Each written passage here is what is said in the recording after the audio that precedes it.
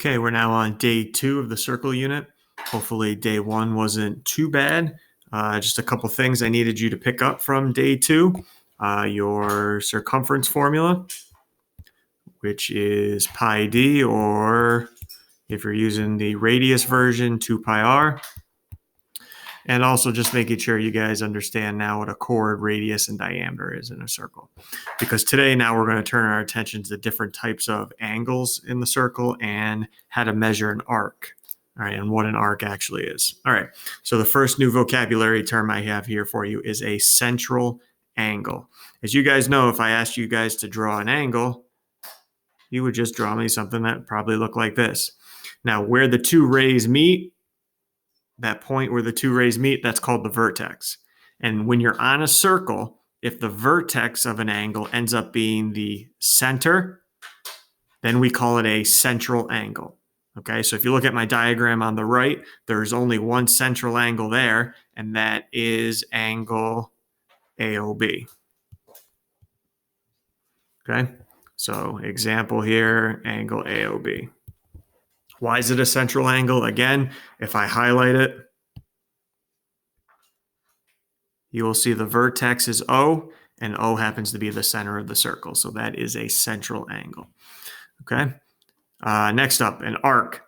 That's a part of the arc. That's a portion of the circle with two endpoints. All right. So we could go a bunch of places here. Let me just draw some out here for you. All right. So I have this arc right here. We'll talk about naming it in a second. I have that arc. I also have this arc. That's an arc. I could also go this way now. I could go, there's an arc right there, what I've highlighted in purple. All right, those are all different types of arcs. Okay, now how do I name an arc? All right, well, first is the symbol for arc. All right, symbol for arc looks like a little umbrella. Underneath, you're going to put the endpoints of the segment. So let's start out with arc AB. All right, now if you go to the circle to the right, what am I talking about as far as arc AB? Many of us would think it's this one, but some of us would probably argue that it's also this part too. All right, here's the rule we're going to go by. You go directly from one endpoint to the other. So if I'm starting with A, you go directly to B with no points in between. So arc AB for this one would be this arc right here. All right, directly from A to B. Now, let me change it up on you. Let me do a different arc. What about arc ACB? You can name an arc with 3 letters, 2 minimum. 2 is the minimum, the number of letters to name an arc. Now follow the order of the letters. A to C to B. I would be talking about this green arc right now. Okay? So just how to name an arc and how to find it on the circle. Okay, theorem. All right. Again, I told you guys on day 1, this is going to be a very tough unit because 1 of the vocabulary, and 2, all these new facts we're going to throw at you now. Okay. And I'm sure you can imagine where we're going to end up using all these theorems and facts in the reasons column of the proofs. All right. We are going to get back to proofs later on, but don't worry about it now. All right. So here's our first theorem of the unit. It says the following: the measure of an arc, measure of a central angle. Okay. And that's the angle where the vertex is at the center, will always be equal to the measure of its intercepted arc.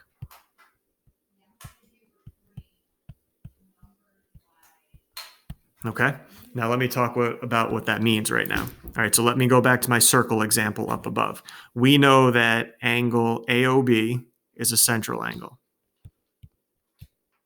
Okay, whatever degree measure that is, that's the same as the degree measure of arc AB. Okay, so a central angle AOB is equal to its arc it's drawn to, and that's what I mean by intercepted, the arc it's drawn to. So in this case, arc AB. So if angle AOB is 40 degrees, the measure of arc AB is also 40 degrees. Arcs can have degree measure because if you think about it, if I say to you guys, hey, anybody know how many degrees are in a circle? I'm sure many of you would chime in and say 360 degrees. All right, so arcs can have a degree measure out of 360. Okay, moving on. Different types of arcs. We can have a semicircle, which is half a circle. And just a little note, how many degrees do you think are in a semicircle? Half an arc, half a 360, yep, 180 degrees. Okay. A major arc, which is an arc that's greater than a semicircle, so greater than 360, or greater than 180, excuse me. And then you have a minor arc, which is smaller than a semicircle. All right. So if I go down here, here's what I need you to help me with right now. All right. Can you please name a semicircle for me? Can you please name a minor arc?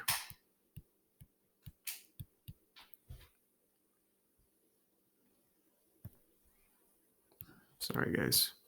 A semicircle, a minor arc, and a major arc now.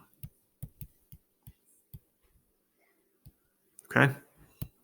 So semicircle, we could do a couple different ways here. We could say, all right, that would be arc TRS, or you could say TS, the other side of it. Minor arc, that's something that is smaller than a semicircle. So we could say TR, or that's not the only right answer. We could also go RS, arc RS. Both of them are less than a semicircle. And then how about a major arc now? Something bigger than 180, bigger than a semicircle. How about TRS? Okay, or we could go RST. Okay, if you follow that one. All right, so on your own right now, here's what I want you to do. These next two diagrams are the same. What I want you to do first for this first one is name a minor arc for me. And you can assume P is the center. Name a minor arc for me. And in the next one, name a major arc. So take a minute, pause the video if you need to, and name those arcs for me. Okay? All right, minor arc. A lot you could choose from here. I went RS for my minor arc. I also see TR there. That's fine too. Okay. How about a major arc for the next one? Major arc. I have arc STR. Okay. There, again, you could go a lot of different ways here, right? A lot of different ways as long as it's just bigger than a semicircle. Okay. All right. Moving on. Adjacent arcs. You guys know the word adjacent. Usually refers to next to. Okay. Yeah. Two arcs that are next to each other. They just have one point in common. Okay. So my two adjacent arcs for this example here, I could take arc AC and say it is adjacent to AB because they both are right next to each other and have point A in common. I could go AC and CB. Okay. We could name a bunch of them here. All right. Just as long as there's two arcs next to each other that share a point. Okay. All right. So adjacent arcs, just so in case we can start talking mathematically to each other. All right. Here we go now. Let's get some numbers now. All right. This is circle C. So again, going from yesterday's note, C is the center of the circle. Okay. That's good to know. C is the center. All right. So what I'd like to know right now is what is the measure of arc AE? Arc AE, this arc, remember, go from right to A to E. So what is the measure of that arc in degrees at a 360 degrees?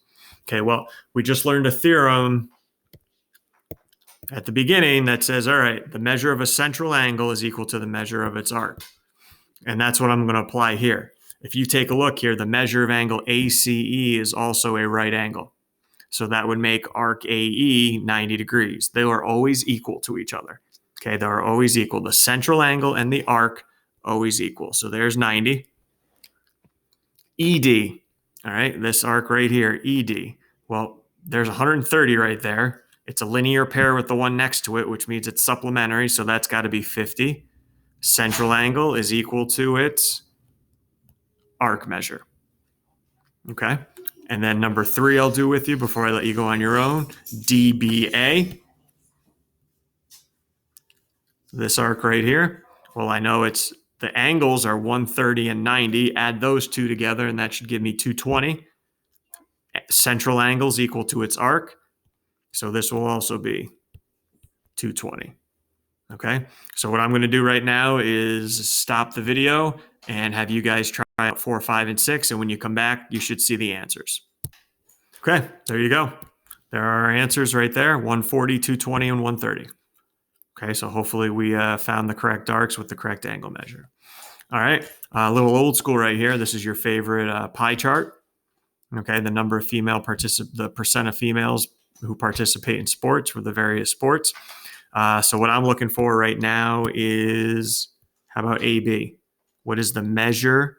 That's what that lowercase m means, the measure of arc AB. Remember, the measure is equal to whatever its angle is. So if we can find the angle, all right, we can find the arc measure. Well, if I add up all these, not the percents, but add up all the arc measures, it's going to be 360 degrees, right? We know it's going to be 360. And AB takes up 20% of that. All right, so we can take 360 and multiply it by 20%.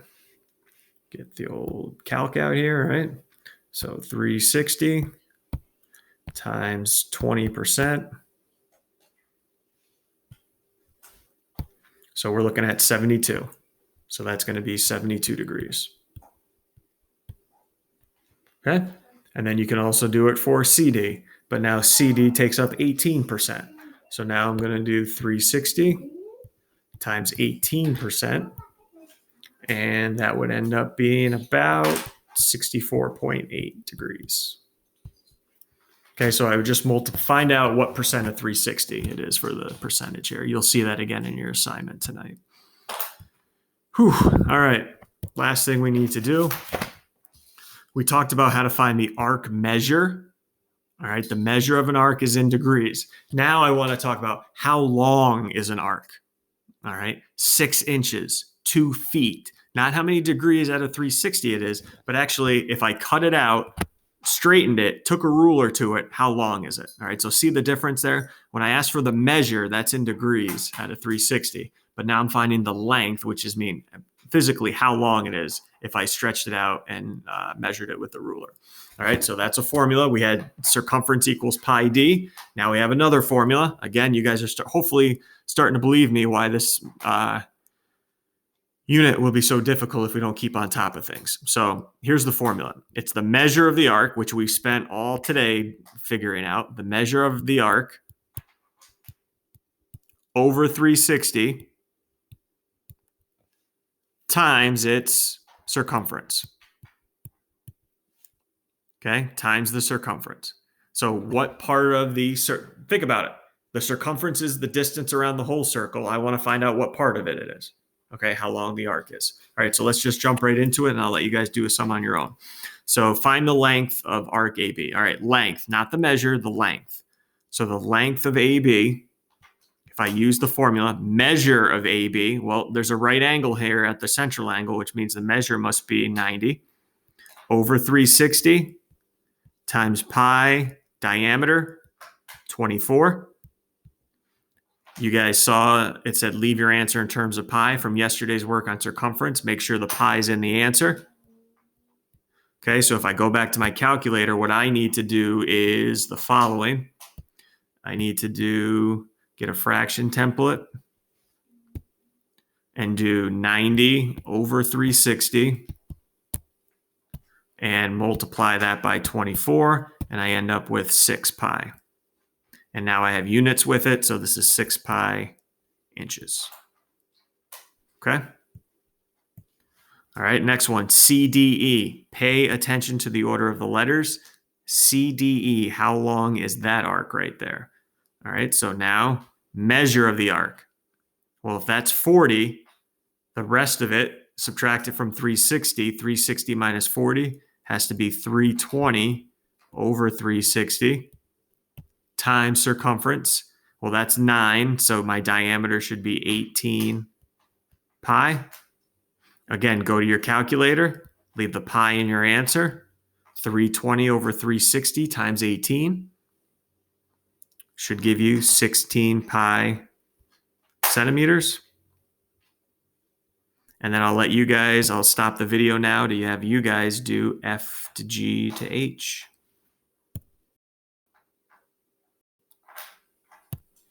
And hopefully, if you take a look at my work here, you guys are getting 3.75 pi meters, okay? 225 degrees for the arc measure, and then over 360 times circumference. Okay, so hopefully you guys, the big thing from this, I know I got one more, but the big thing I need you to get out of this is arc measure versus arc length, okay? Arc measure versus arc length. All right, our final one here. Find the circumference of circle D if arc JK has a length of 6.09. Okay, round to the nearest tenth. Okay, so it's asking me for find the circumference. So I know circumference equals pi d. So what I need your help with is, hey, do I know what the length of d will be? All right. What did they give us? They gave us the length of the arc. Wait a second. Length of the arc. I have a formula for that, right? That's equal to the measure of the arc, which is 50 over 360 times the circumference. That's the length of the arc, which they tell me is 6.09. Okay? So from here, I got to get d by itself. All right, so the first thing I would probably try to do is let's get rid of that denominator of 360. And the way you can get rid of the denominator is multiply both sides by 360. They cancel out. And I'm left with 2192.4 equals 50 pi d. All right, let's get rid of that 50 right now. So I'll divide both sides by 50. And on the right side, I'm left with pi d equals a long decimal. But wait a second, let's stop right here. Honors, honors, honors, kids. I said before, if we found d, I would just plug it in and find the circumference. But everyone, look at where we're at right now. What is this formula another name for? That's another name for the circumference, isn't it? Run out of room. Circumference, right? I don't even need to solve for d. It's right there. With the number I'm staring at right now in my calculator when I divide by 50 is the circumference, pi d. Could I divide by pi, get the diameter, plug it back in? Sure, but I'm just going to multiply by pi anyway to get the circumference back. So this is the circumference that you're staring at right now, and it said round to the nearest tenth, so 43.8 inches for the circumference, okay? So hopefully that makes sense there, that pi d, I don't need to go any further and solve for d because pi d is the circumference, all right, 43.8. All right, so be ready for a lot of that in your assignment tonight is if I give you the arc length, you guys can get circumference for me. Okay? All right, good luck on the assignment, and we'll talk about it at our next Google Meet.